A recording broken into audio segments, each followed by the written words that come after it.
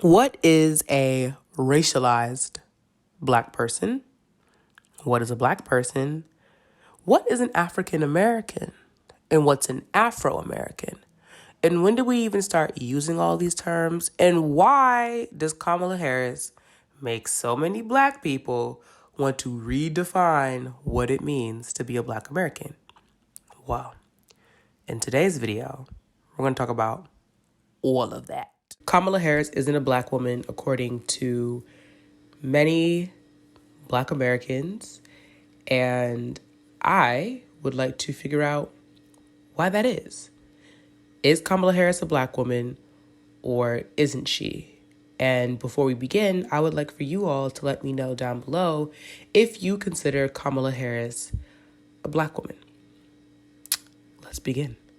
So, before we can even answer the question of whether Kamala Harris is or isn't a Black woman, we do need to discuss how she self-identifies.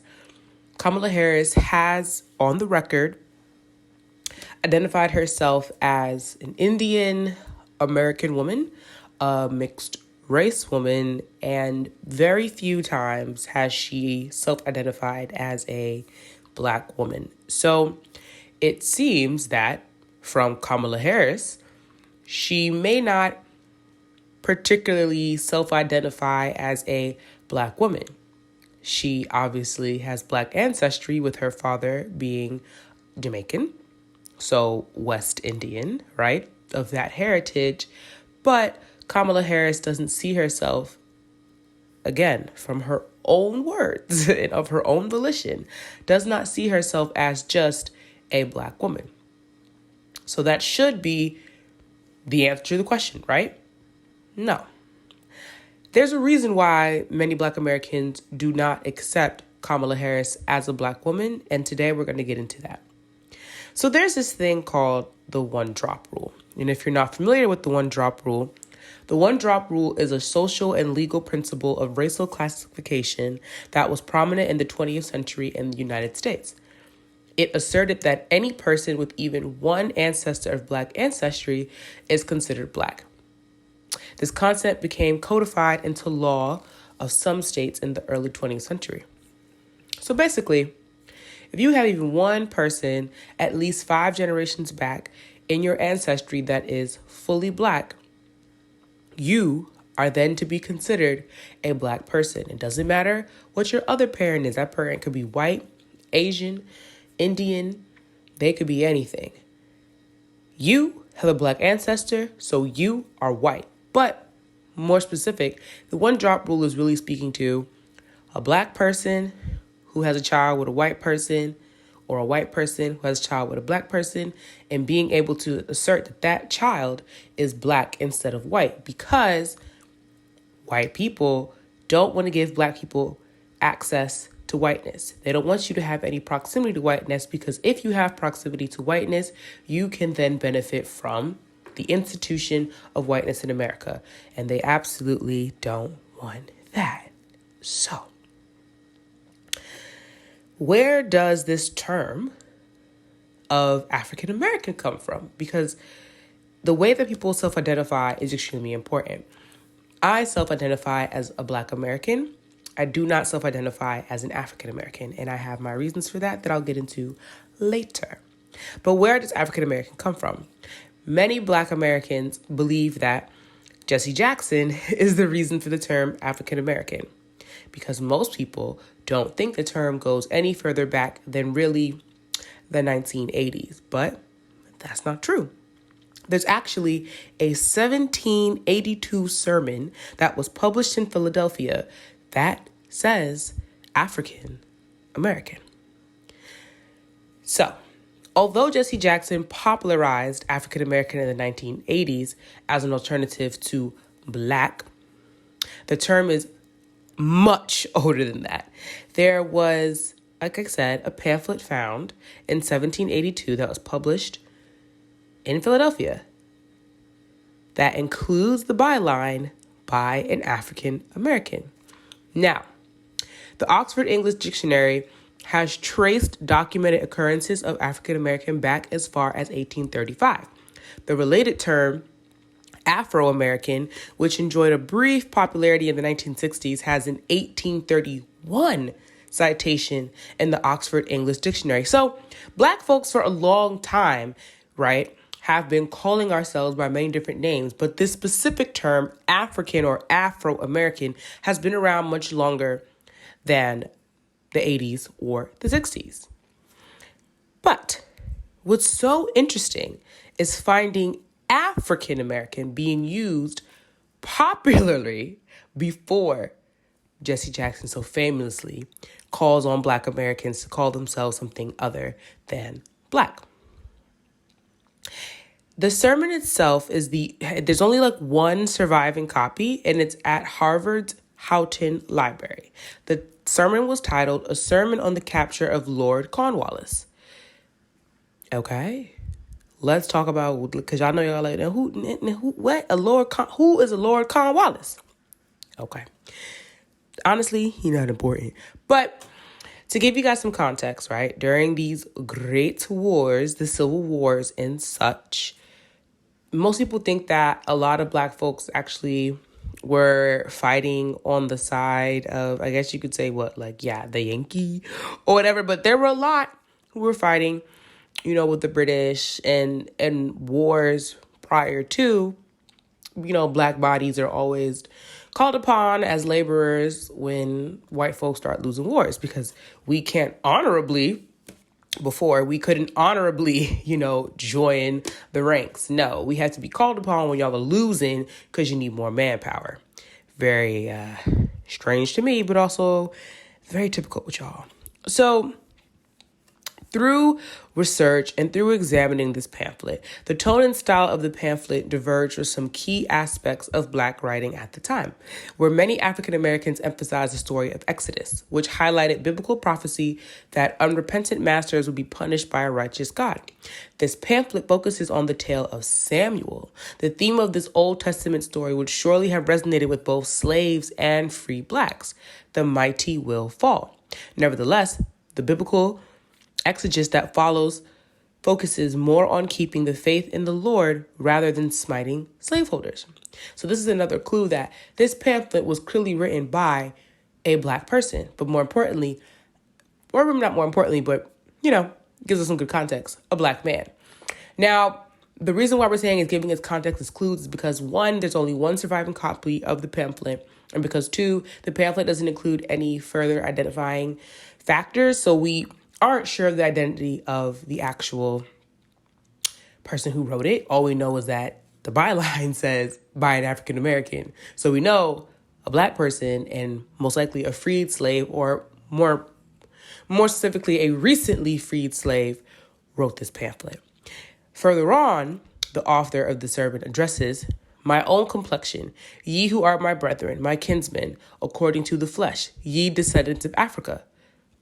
Ding, ding, ding. This is clearly written by a Black man. So now we know that the term African American, one, wasn't coined by Jesse Jackson. It was just popularized, and that it dates back all the way to 1782.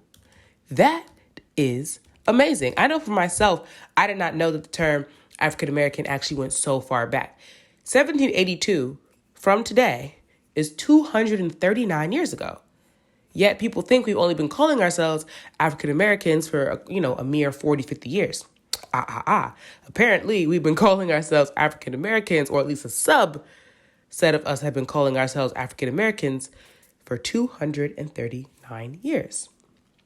So, I want to point out something that was very important in this sermon. The author said, ye who are my brethren, my kinsmen according to the flesh. Let's stop right there. So the author, who self-identified himself as an African American, states that this has to do with the color of his skin, right? Kinsmen according to the flesh, ye descendants of Africa. So what he is associating his Blackness with, his African Americanness, is his skin tone, is his skin color. So even 239 years ago, Folks understood the way that I look is the way that I'm perceived. No matter what my biology might be, how I look is how I'm going to be perceived. So that's how I'm going to be read, no matter how I may be personally self-identifying. Hold on to that, okay? I really want you guys to hold on to that because colorism is a seed of white supremacy. And we always leave white supremacy out of these conversations of who gets to be black and what is blackness. See, we didn't do this to ourselves. White supremacy did this to us, right? White supremacy did this to us. If you're not familiar with Dr. Yaba Blay, I want you to familiarize yourself with her. This woman is an excellent, amazing, revolutionary scholar, and we need to be paying more attention to her work. In colorism, right, there's a color hierarchy, and yeah, we are upholding it. And when you look at someone like Kamala Harris, I think what's happening for a lot of Black Americans is we've never really been forced to address who gets to be Black in the context such as this. Kamala Harris is a mixed race woman, but she doesn't have a white parent. And Black people are so used to that dichotomy of, Black Americans, I should say, are so used to that dichotomy of white and Black that when we are having to address what a person is and how a person identifies, when it's outside of those parameters of white and Black, of mixed race in that way, we get a little we get a little jumbled up here.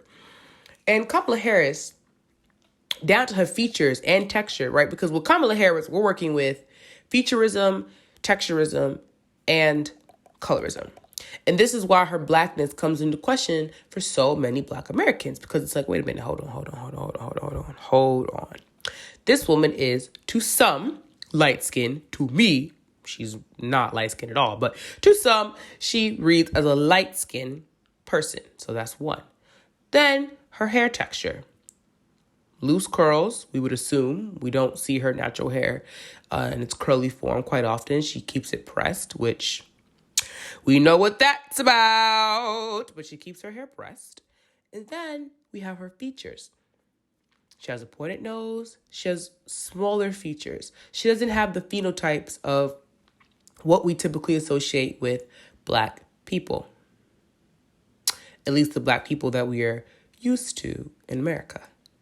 Because that's also important too. Obviously, where most of the enslaved people came from to America has a lot to do with how Americans read Blackness and what is Blackness and the phenotypes of your typical / average Black person, because people don't all look like what America says is your average Black person. This is a very specific look to the West African, so to speak.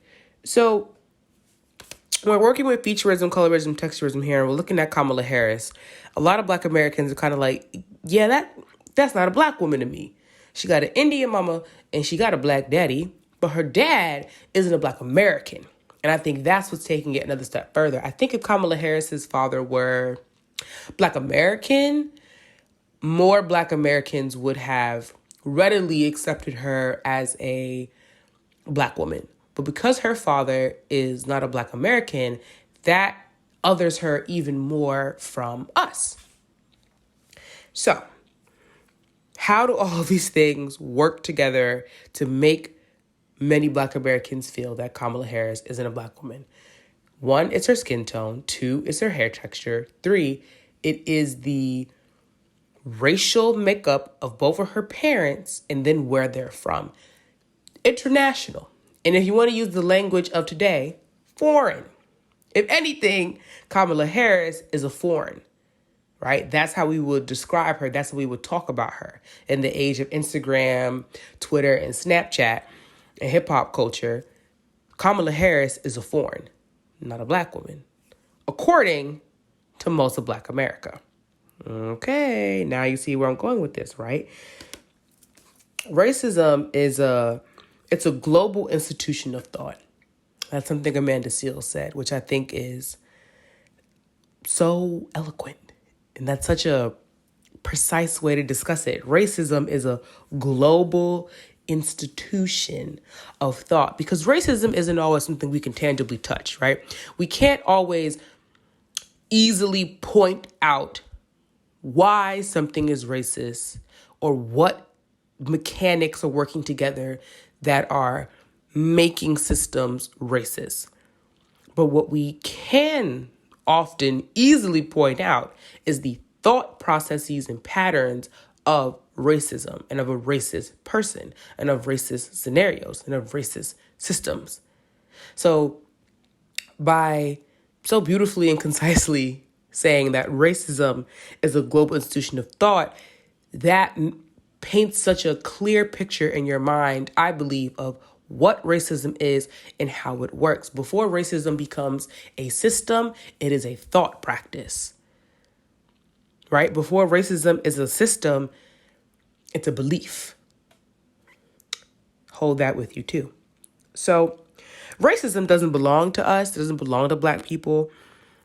We don't own it. We didn't create it. But we do, we do have to do the work in dismantling it. Now, the language of racism versus the language of white supremacy is really what we should be focusing on more. And yes, this still has to do with why Kamala Harris isn't or is a Black woman. When we're talking about racism, we're talking about white supremacy, we're basically talking about the individual versus the institution of thought. Kamala Harris. The individual, to some, may not be a Black woman, but in the institution of thought, she is. The way that anti-Blackness and white supremacy work in parallel to each other is anything that is not white and cannot be read as whiteness is to be othered and is Blackness. And Kamala Harris's proximity to Blackness is much closer than her proximity to whiteness. Think about that. Sit with it and think about it. Now, the conversation around whether Kamala Harris is or is not a Black woman reminds me of why I don't really like the term BIPOC. Black, Indigenous, Persons of Color. I don't want to be categorized as a BIPOC. I don't use BIPOC very often, and I understand what BIPOC seeks to achieve. I just don't think we're actually there yet to embrace BIPOCness or BIPOCicity, I don't know. Anyway, that solidarity that we need to have or think we haven't reached for this term of BIPOC. All persons of colors, including, yes, even those who are indigenous to the land of Americas and other lands like, the Aboriginals of Australia, are not our allies, Black people. And I think this lumping together of identities in efforts to be solid, it's a little too soon. We're not there yet. Maybe we should hold off on the whole BIPOC thing and you be you and I be me until we actually get there and become we. Because see, what's really at the root of all of this that people don't like to understand, which is why the term anti-Blackness is so important. What is at the root of all of this? Everybody really Black, to be honest. Oops. You know what I mean? Like, the Indigenous American has an anti-Black problem. The Indigenous American has an anti-Black problem that they don't like to address. There are many tribes who look more like me than the Native American that you are used to seeing. And why don't they ever get more representation in media or just in general in conversations about Indigenous peoples? Because Indigenous peoples can be just as anti-Black as the white men that they ask us to rally against in arms with them for progress. So, yeah. That's why I don't like BIPOC. We're not there yet. I simply do not believe that we are there yet to be having terms like BIPOC. And I don't think that by creating the term and trying to push a term is going to get us there. It's not. It's a nice way to cover up the fact that we haven't reached that point of solidarity yet as persons of colors. I don't even like that too. Don't call me no person of color. I'm Black. Don't call me a person of color. Don't do that, because people of color don't experience what the Black American does. Thank you. I'm going to say it. They don't. They do not. It's not the same. Sorry. Yes, people of color experience discrimination. What is that word? Experience discrimination and all sorts of things, but try being Black. That's all I got to say. Try being Black in America or anywhere in the world. Just try being Black. Just try that for a second and see if you want to switch. You won't. You won't. You won't. No, you won't. You will not. So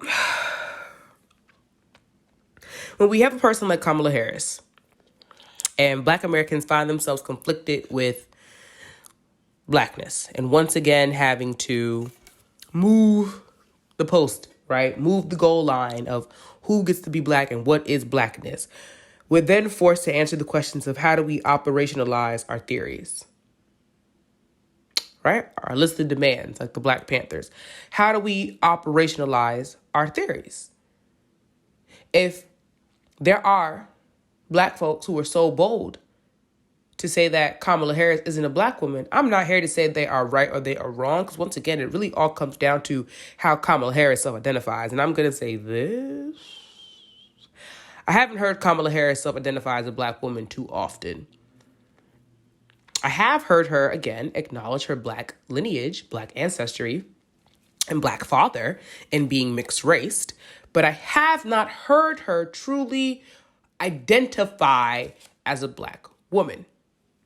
There are times where she calls herself a Black woman, but calling yourself a Black woman and then identifying as a Black woman are two different things. Halsey. Anyway, yeah. So how do we operationalize our theories, right? How do we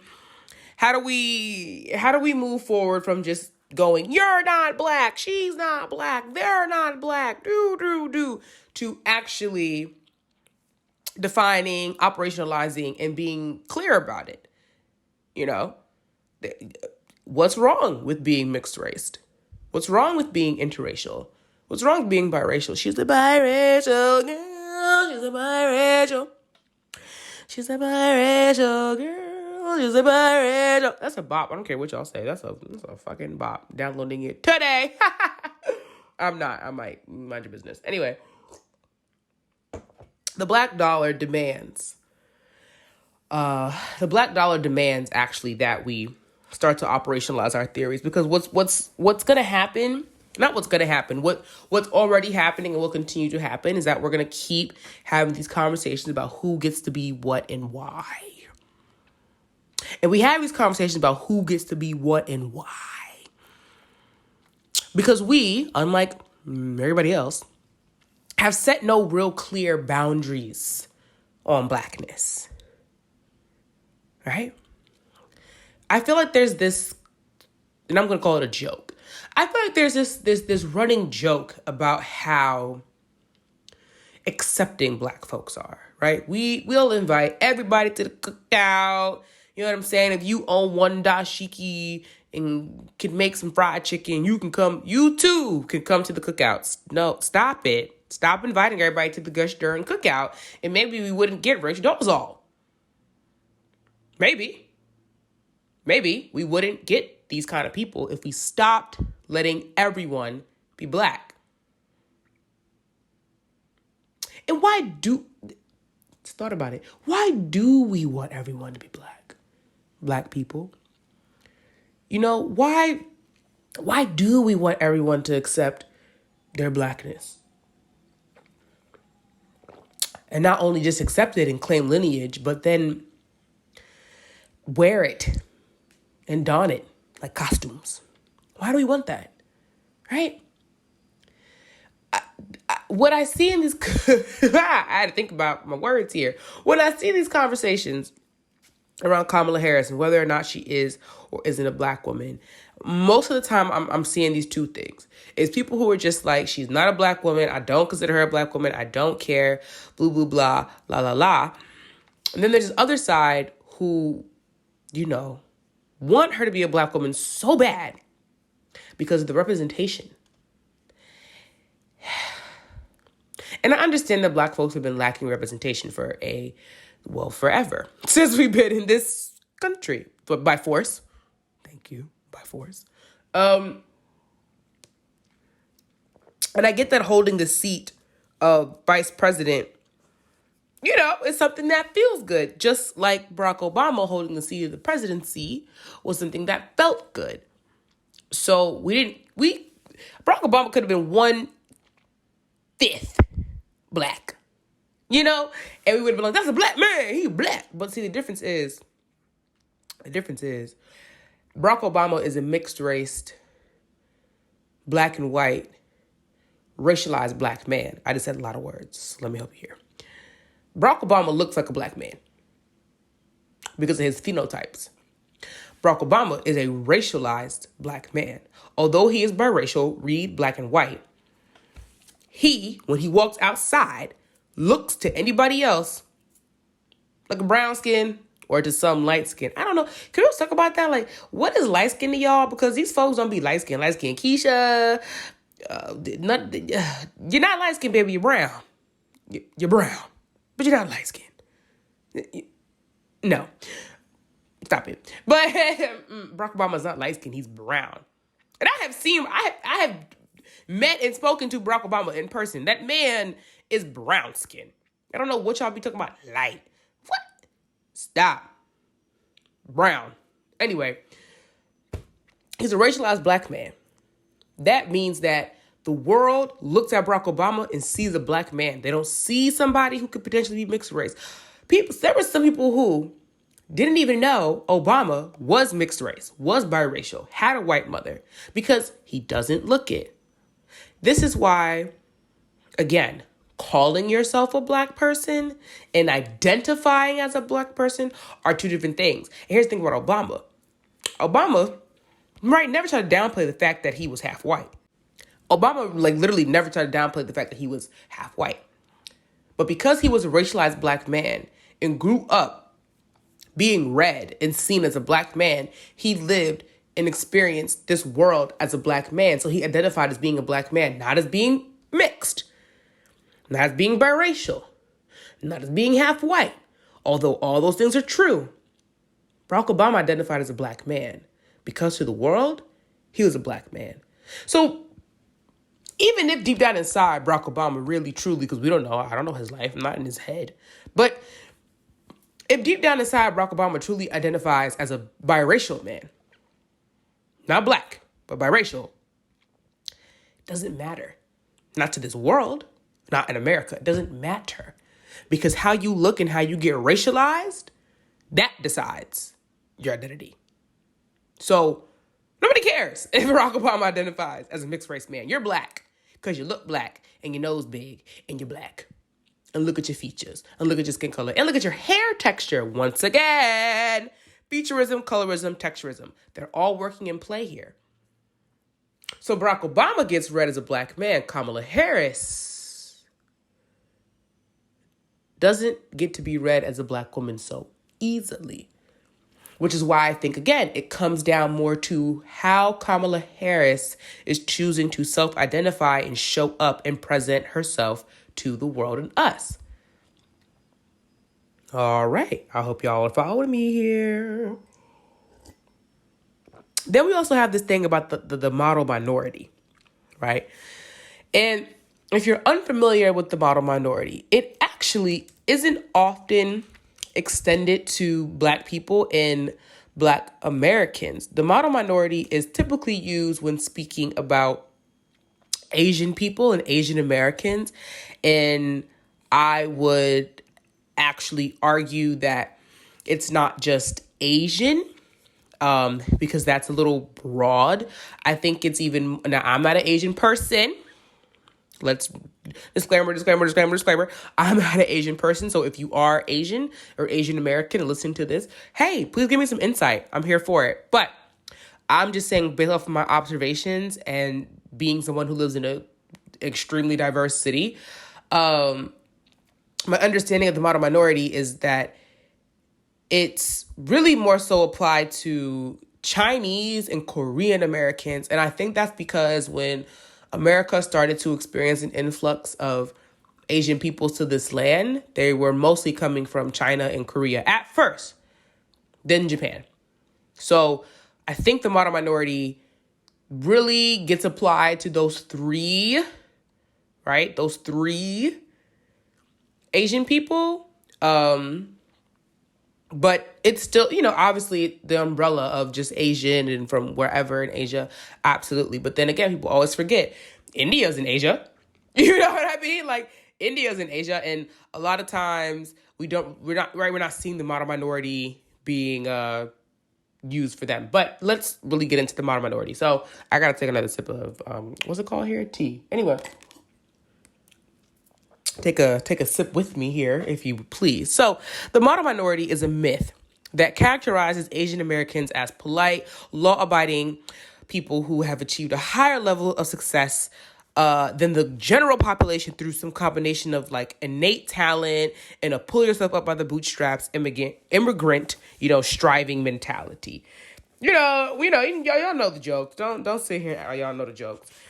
Asians are so good at math and blah, blah, blah, blah, blah, blah, blah, right? Cool. So I started thinking about the model minority a little bit further, a little bit deeper. I wanted to take it further than that. The model minority is also playing into exoticism here, right?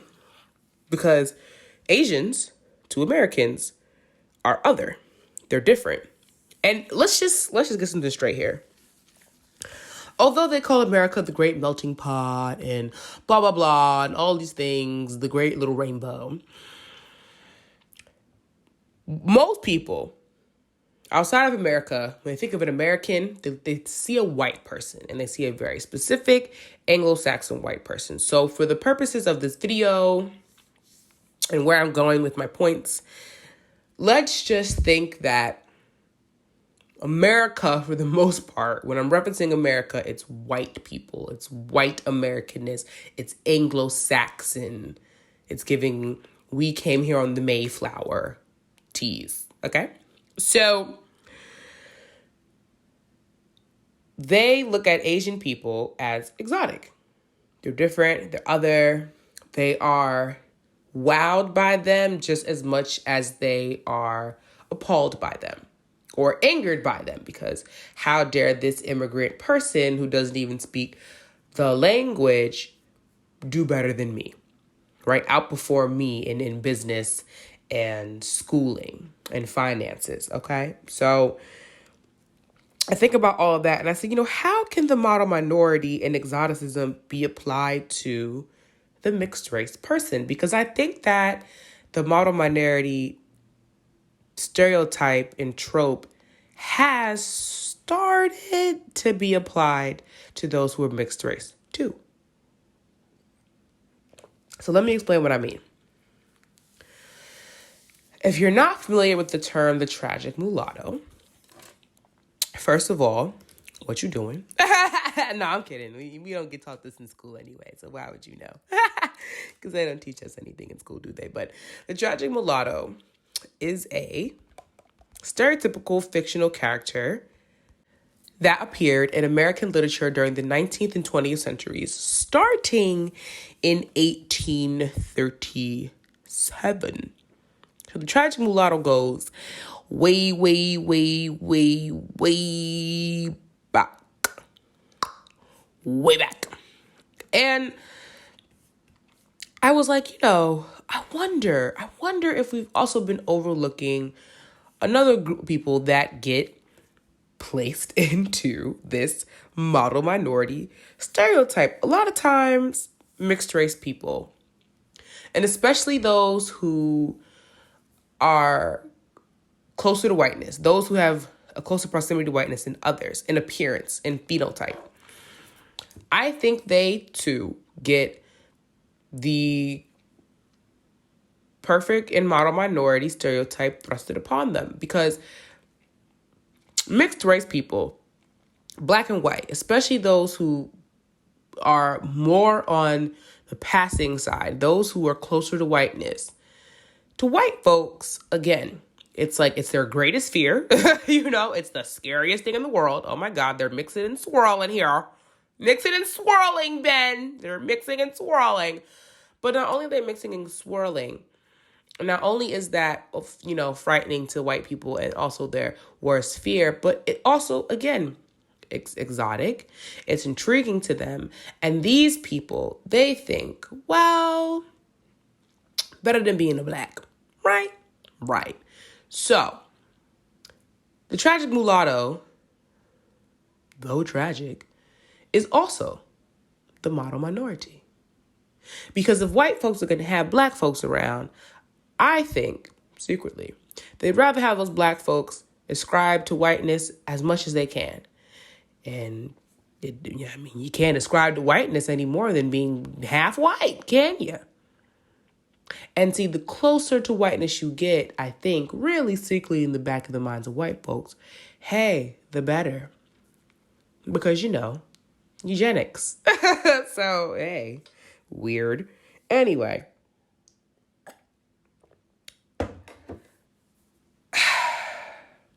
Kamala Harris has, I know, right? No transition. So what? My video. Kamala Harris is now having to defend her blackness. And that made me think about, have I ever had to defend my blackness? No.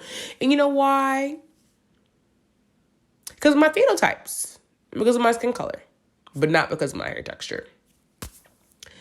And defending your blackness as someone with black heritage must be nauseating and horrible. I really wouldn't wish it on anybody. I think it's weird, especially if the person has a black parent, that we still want people to prove and perform their blackness for us, because we want to gatekeep blackness in dangerous and harmful ways. I think there's a way for black people to still put boundaries on blackness and set parameters and define without it getting to such dangerous points to now we have somebody who literally got a black daddy having to shuck and jive and tap dance for us to prove that she's black. No, we know she's black. Look at her father. And look where her father is from. And look at his family. So she black. She's half black. That we know that. But yeah, she might not identify as a black woman, but it's still there. We can't take that from her. We can't snatch it back. We have to just go, okay. And if her blackness is not like your blackness, it doesn't invalidate her blackness. It just means she has a different kind of blackness than you do. And that's also something I think black people need to start opening up to. Black people are not a monolith. We all have our lived and shared experience. Kamala Harris's blackness being different than your blackness doesn't make her any less or more black than you, sweetie. Just makes her a different kind of black person. But defending your blackness can also be used a different way. And people do it all the time. Well, for example, me. I've never had to defend my blackness. So a lot of times when I'm faced with mixed race people, again, we're speaking in specific to black and white mixed race people who have to defend their blackness most of the times because they said something they probably shouldn't have said, and because they're leaning towards appearing white. Their phenotypes are not reading as black. The world is not reading them as a black person. So then they must feel that they have to perform their blackness and defend it. And I don't really know what that's like. I don't know what it's like to have to be like, I am black. The world never reads me as anything different. I often say I'm black before I'm a woman. And not because that's how I choose to move about the world and self-identify. It's just how the world views me. Before what crumbs of the plight of womanhood are, given to me, I'm black. In high tense situations, those involving the police or law enforcement or just figures of authority, I am black. My womanhood, my femininity, my being a female, my being a woman, my identifying as such, my performing femininity is secondary. What is primary is my blackness. Do you see what I'm saying? So is Kamala Harris a black woman? Well, I do believe that Kamala Harris's otherness and racial ambiguity to black people and non-black people alike does often come first. It does often come first. But because she does not automatically get read as a black person, how she has been able to move about the world is very different than that of a racialized black woman. See, Kamala Harris is not a racialized black woman. She's a mixed race person. And she may even be a mixed race person who's also self-identifies at times as a black woman. But is she a racialized black woman? Absolutely not. And we all know that. And we all know that by the simple fact that people look at her and go, what are you? That means you are not a racialized black person. You have ambiguity. I do not have the luxury of ambiguity. Nobody is ever wondering what I am. Like, when people wonder what I am, they wonder what tribe I'm from in Africa. They don't wonder if I'm black. They know I'm black. They know I'm black. Most conversations I have are people wanting to fight me over the fact that I was born in America. Because most of the time, people do not want to believe that I am an American and I was born in America. Most of the time, I'm having conversations with people who are like, no, but like, where are you from? And I'm like, America? Like, what do you mean? Like, where am I from? They're like, no, but like, where are you from? Like, what tribe are your parents from? And I'm like, sweetie, girl, I don't know. Like, we lost that information 400 years ago. I don't know. What tribe are yours from? Like, girl, what are you asking me? I'm black, like you. Again, my phenotypes read very black. So black that they read more indigenous to Africa to not only Africans, but to Black Americans as well. Kamala Harris's phenotypes don't read as such. And so by not being a racialized black woman,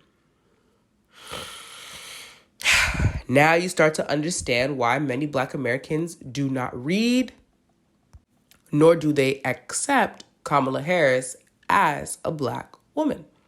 Once again, I'm not here to say whether that's right or wrong.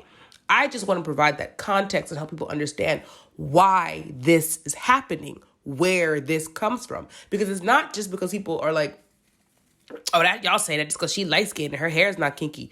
No, sweetheart, this goes all the way back to the 1700s, 1600s. This is deep. This is deep. This is some deep-rooted, deep-seated, okay, ingrained in the membrane things happening here. And we have to discuss it. We have to discuss it. We have to figure out where it's coming from and why. So, personally, I've always kind of said this thing where, when you've never been asked what you are, that means you're black. Like, as a black person, like if you're someone who self-identifies as being a black person or African American, if you are never asked what you are, then you're black. You are a racialized black person. It means there's nothing about you that reads to other people that you could possibly be anything other than black. Even though You could be whole black and Japanese. Like, really, you could be whole black and Japanese. Matter of fact, look at me. Look at me. My great-great-grandfather on my mother's side. So this is my grandmother's grandfather. So my grandmother's grandfather, my great-great-grandfather was half white. His father was a white man. And his father's parents were both white. And if I'm remembering correctly, my great-great-grandfather's mother was black and white. Aha. Oh, wait a minute. Now hold on. What does that make me? See, phenotypes are everything. Because that's a lot of white ancestors. And if you were to see a picture of my family, babes, I'm the darkest. And not only am I the darkest, my phenotypes are very black. Then nobody in my family really is passing. Really just my great grandma. Is like, she was the most passing looking person to me.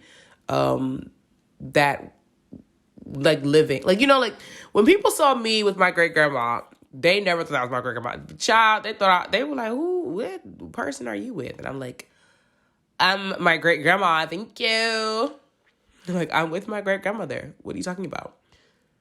Actually, one time at boarding school, my family came to see me in a play.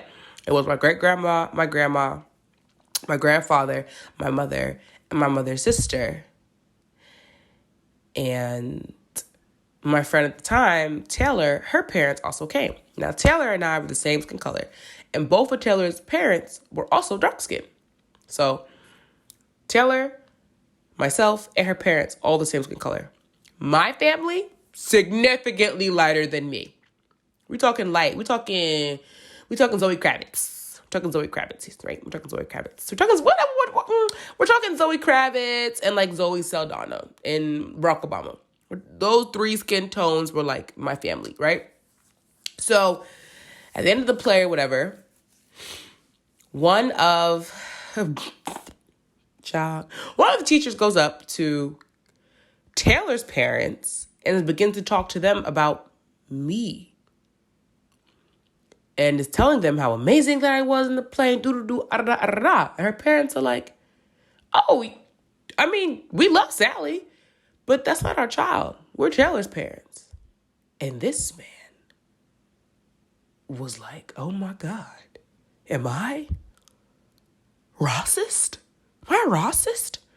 And it's like, no, but you're definitely colorist though. Like, but what's so crazy is that he couldn't fathom that my family was not the other two dark-skinned people in the audience. My family was actually all them light-skinned folks. And the lady that looked maybe like she might be white, which is my great-grandma. He couldn't, like, he was, like, so confused. And because Taylor and I were the only two black people in the play, and we're both dark-skinned, he had no idea whose family they were. He thought they might have just been, like, extended family of mine.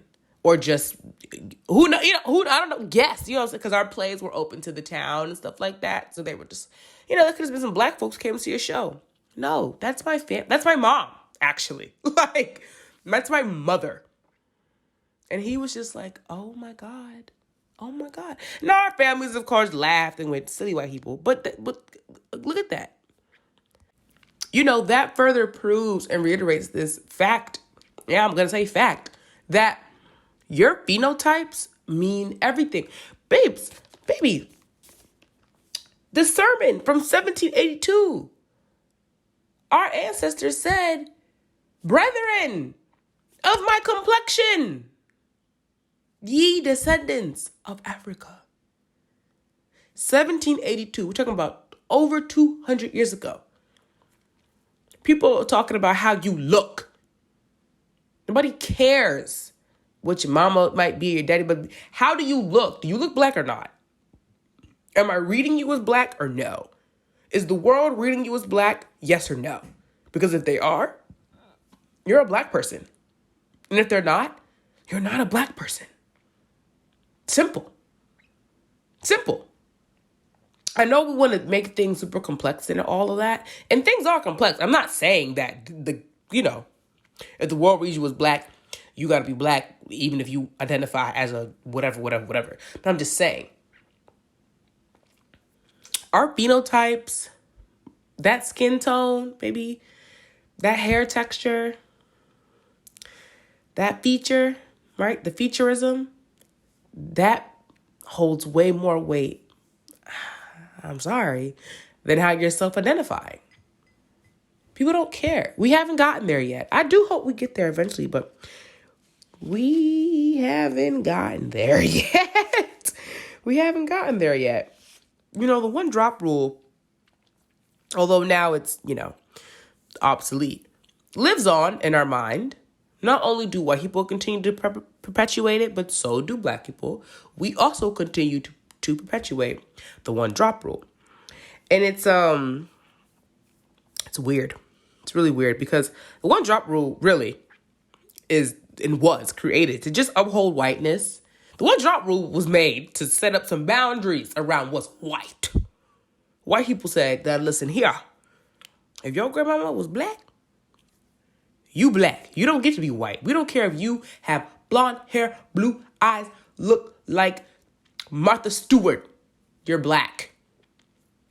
You're black because we say so. And we say so because you have a black ancestor, and we don't want to give you proximity to whiteness, because if we do, you get benefit. You get to infiltrate. See,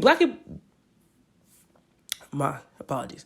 White people's greatest fear is black people infiltrating their power dynamics and breaking it down from the inside and using it to our own advantages. They don't want that to happen.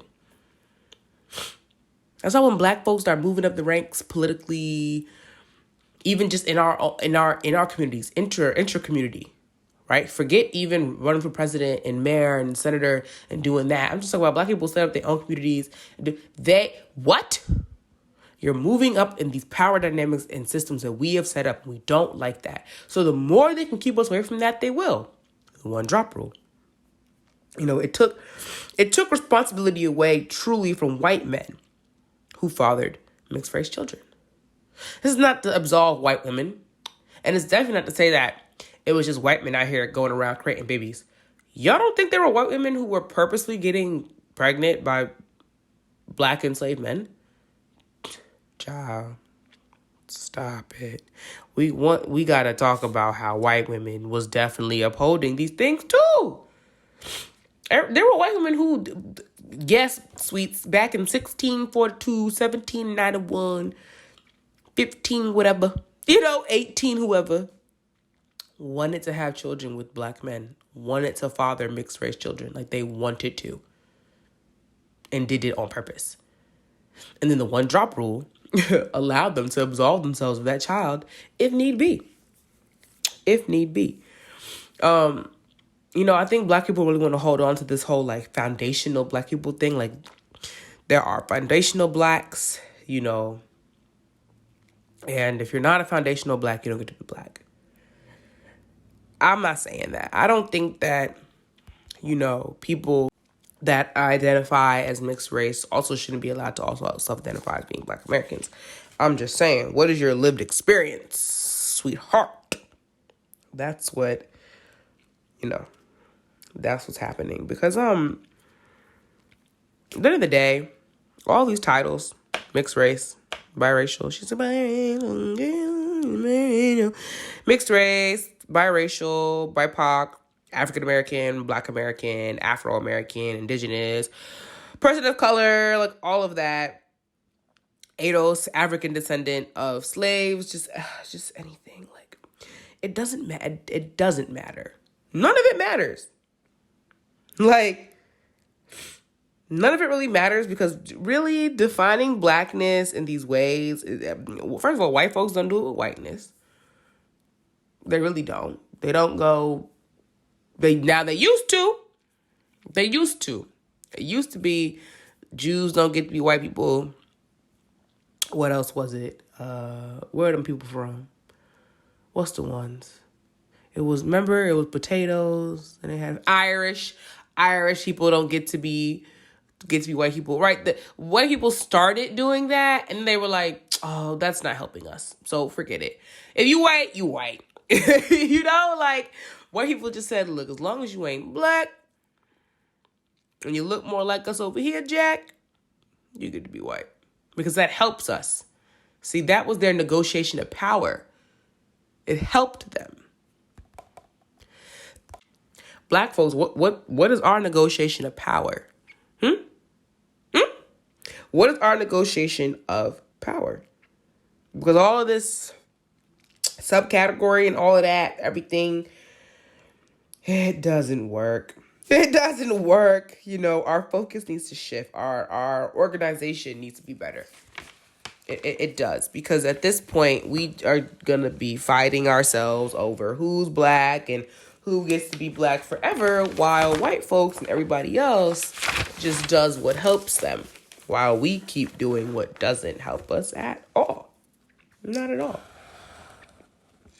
And although I understand that there's racial, political, and cultural blackness, we don't have to be fighting ourselves over who gets to really perform it. Who have claim to us. Because even when we do get into these conversations of blackness and protecting blackness, what blackness are we protecting? Is it cultural blackness? Is it political blackness? Is it racial blackness? Which of these blacknesses are we protecting? Is it all three? Right? See, you see what I'm saying? We're not even having these conversations. We're just saying you don't get to be black and they don't get to be black. Why? Why not? Which aspect of the blackness are they threatening and how? Because if we identify that, we can address it. And then we should have the conversation about why they can or can't be black. But if we are not doing that, well, now we're just squabbling. Sis daddy is from Jamaica. Get over it. You know what I mean? Get over it. Get over it. Is Kamala Harris a black woman? If she says so. Like, if she says so, then okay. She's a black woman. Okay.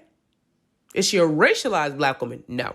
And now you see how that differentiation was easy? It's easy. But as a whole, y'all, as a whole, blackness really, we're each other. We're really all each other. There's connections everywhere. The Jamaican is Ghanaian. The Ghanaian is the Dominican. Oh, but I wasn't going to say it. The Haitian is Dominican. You know what I'm saying? The Black American is the Nigerian. Like, we're all each other. And we really can't afford to distance ourselves from each other either. And not at this time. Our survival and our advancement requires that we stay together and we stay on code. And remember that everyone cannot come with us on this journey. And I do think the more and more that we sit here having these who gets to be black conversations, when it's not clearly a white person or just a non-black person masquerading as a black person, they're not doing anything for us. These conversations are really not doing anything for us. Sitting here squabbling over whether or not Kamala Harris is black, what's it doing? What is it doing for us? How is it advancing us at all? Please tell me. Please give me an example of how it's advancing us. Now, do I personally consider her a black person? A black woman? No, not particularly. No, I don't. I don't. And that's fine, because she could sit here and tell me she's a black woman, and I could be like, okay, That's how you identify. I can't tell you how to identify, but do I relate to Kamala Harris on any form? We both went to HBCUs. Like, ooh, that's about it. That's about it because, see, I'm a racialized black woman. So there has never been a moment in my life where anybody has ever been confused as to what I am. I've never had the luxury to move about in an ambiguous way. She has. And she's even spoken to it. I don't know what that's like because I'm a racialized black woman and she is not. She's not. She just isn't. Y'all can say whatever y'all want to say. She's not a racialized black woman, and that's period. That's facts. It's really facts. So, I hope today's video, has helped y'all rethink the way that you're self-identifying. You know what I'm saying? Made you think about how you're performing blackness. If you are performing blackness, are you performing blackness? Why? And, just kind of opened your mind up to what even is black? What is African American? What do those things mean? Why are we holding on to these terms? How are these terms evolving and changing? What's happening that's making us want to evolve and change? Because trust me, Kamala Harris's presence is really getting a lot of people very up in arms about their identity and their blackness in particular. I think a lot of black people never or just haven't thought about their blackness as deeply as they have started to now that Kamala Harris holds such a high office. And that people want to call her a black woman. Racialized black women like me, I don't know. Listen, y'all. To have some people be like, we finally have a black woman vice president. Do we? Do we? Do we really have a black woman vice president? No, we don't. No, we don't. Why is that so hard for y'all to say? She's mixed race. And her father isn't even a black American. So if we really want to get into that conversation. And she's not a racialized black woman. So just what black women is Kamala Harris representing? Because again, I talk about this all the time. Who is your advocate? Who is your representation? Who is your ally? Ally? Child, ally. Who? Who's your spokesperson?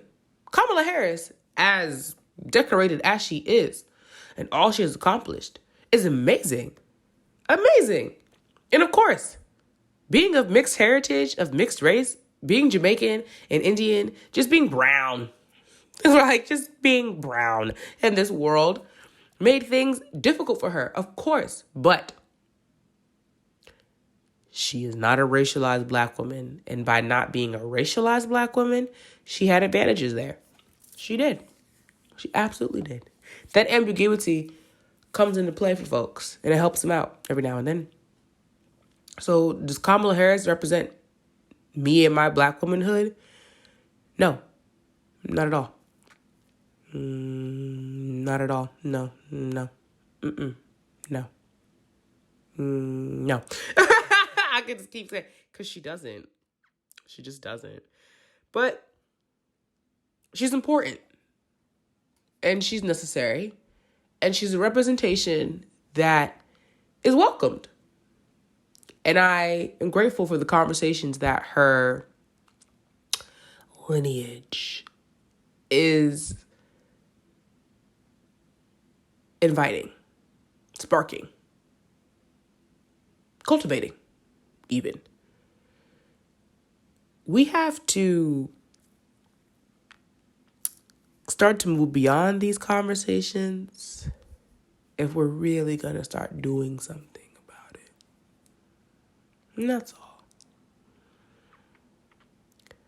I can feel how I feel about Kamala Harris's politics and self-identification.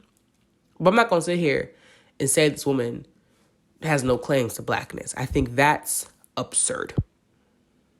That's absurd. Absurd. Like her father's from Jamaica. That's absurd.